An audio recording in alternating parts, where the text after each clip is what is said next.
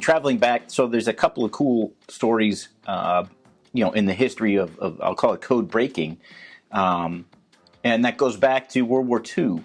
Right after Pearl Harbor, the attack on Pearl Harbor, where all the battleships were sunk, the USS California is sunk. It's sunk by the Japanese. And so all the crew there that survived, they don't have jobs. Now, in Hawaii at the time was the Navy's code-breaking arm that was working to read and break the Japanese naval code. And they were looking for people to come help. And so what they did is they actually they recruited the band from the USS California. And that band, they put them to work on some of the first computers they had. It was an IBM tabulating machine. It was in the basement of one of these buildings at Pearl Harbor.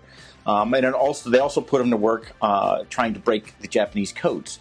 And it turns out that the musicians were very good at A, working with the computers, and B, breaking the codes.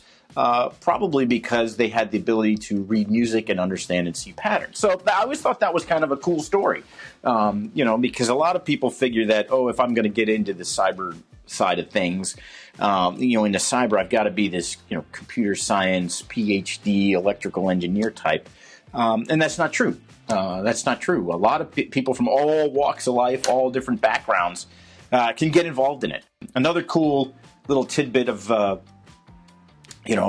history, and this is a plug. If you're ever in beautiful Fort Meade, Maryland, and you're ever driving by the National Security Agency, be sure to stop in to see the National Cryptologic Museum, which is kind of a cool place. But in there, they have one of the first computer disks, and these computer disks are, probably as big around, like 2 feet across. I mean, they're a big flat piece of metal. And the story of how they got it is pretty funny. So these disks were in some of the first computers, going back to the mid to late 40s and 50s. These were the ones that are used to help break the German U-boat codes and such in some of these computers. And so what happens is some guy, one of the guys he works at NSA, is going through his mom's house, and he sees this big silver disk. And this big silver disk, he's like, I think this is. Mom, where did you get this? And his mom said, no, your father brought it home from work one day, and it turns out that so they've had one of these big disks in their house. So this is one of the first computer disks, like a major piece of history. So he's looking at it, and it turns out there's all these lines that are etched across it in. Straight across, but bisecting the disk and multiple things.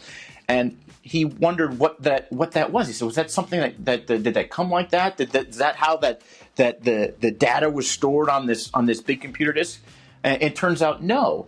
It turns out that the reason why the disk was scored that way was because when his father brought it home from work, his mom didn't know what to do with it, and so she used it as a pizza pan. And so they were making pizza on this first disc, and the scores where the pizza cutter was going across that disc. And you can go see that disc in the National Cryptologic Museum now. So that's kind of another, interesting little tidbit of information that's out there.